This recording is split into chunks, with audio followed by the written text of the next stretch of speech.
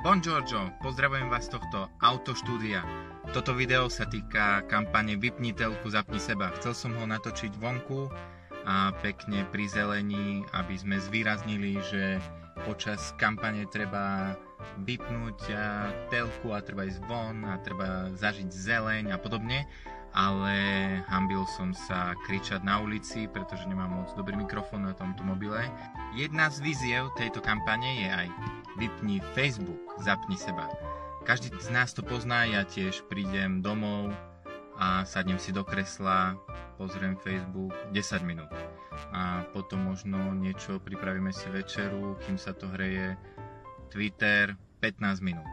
Potom zase večer pred spaním zase si prelistujem ďalších 7, 8, 9 minút. A takto sa minúty zbierajú a zdá sa mi, že niekedy sa to môže vyšplhať aj na hodinu alebo 45 minút, čo sa mi zdá už dosť veľa. Takže som si povedal, že tento týždeň 23. až 29. mája 2016 úplne s týmto prestanem. Úplne.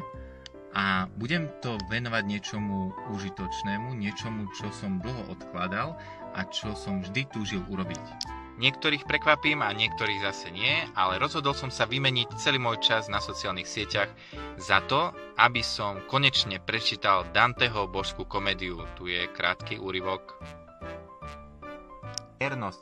Čnosť je jedna zo 4 základných kardinálnych čností a je aj základom našej kampane Vypni telku, zapni seba. Aj keď máme vždy inú motiváciu tým, že zažijeme telku, teda našu kampaň Vypni telku, zapni seba, tak vlastne si presvičujeme miernosť. Niekedy si myslíme, že miernosť je, že musím zastaviť. Miernosť v skutočnosti nie je len brzda. Je to spojka, brzda a plyn zároveň.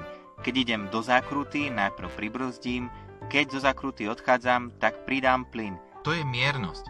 Miernosť nás privádza k dobru, k cieľu. Našim cieľom nie je skončiť v zákrute, zabrzdiť tam a už sa nepohnúť. Našim cieľom je prísť do cieľa. Wow. Našim cieľom je prísť do cieľa. Wow. OK, prísť do nejakého mesta alebo do nejakej dediny.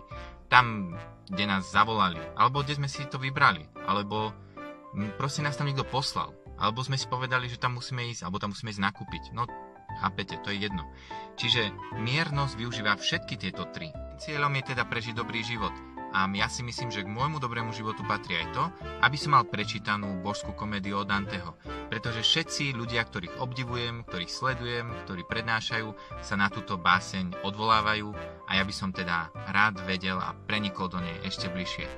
Na to, aby som to dosiahol, potrebujem sa niečo zrieknúť a to je práve ten týždeň Vypni telku, zapni seba, kedy sa zrieknem Facebooku, Twitteru a všetkých týchto vecí.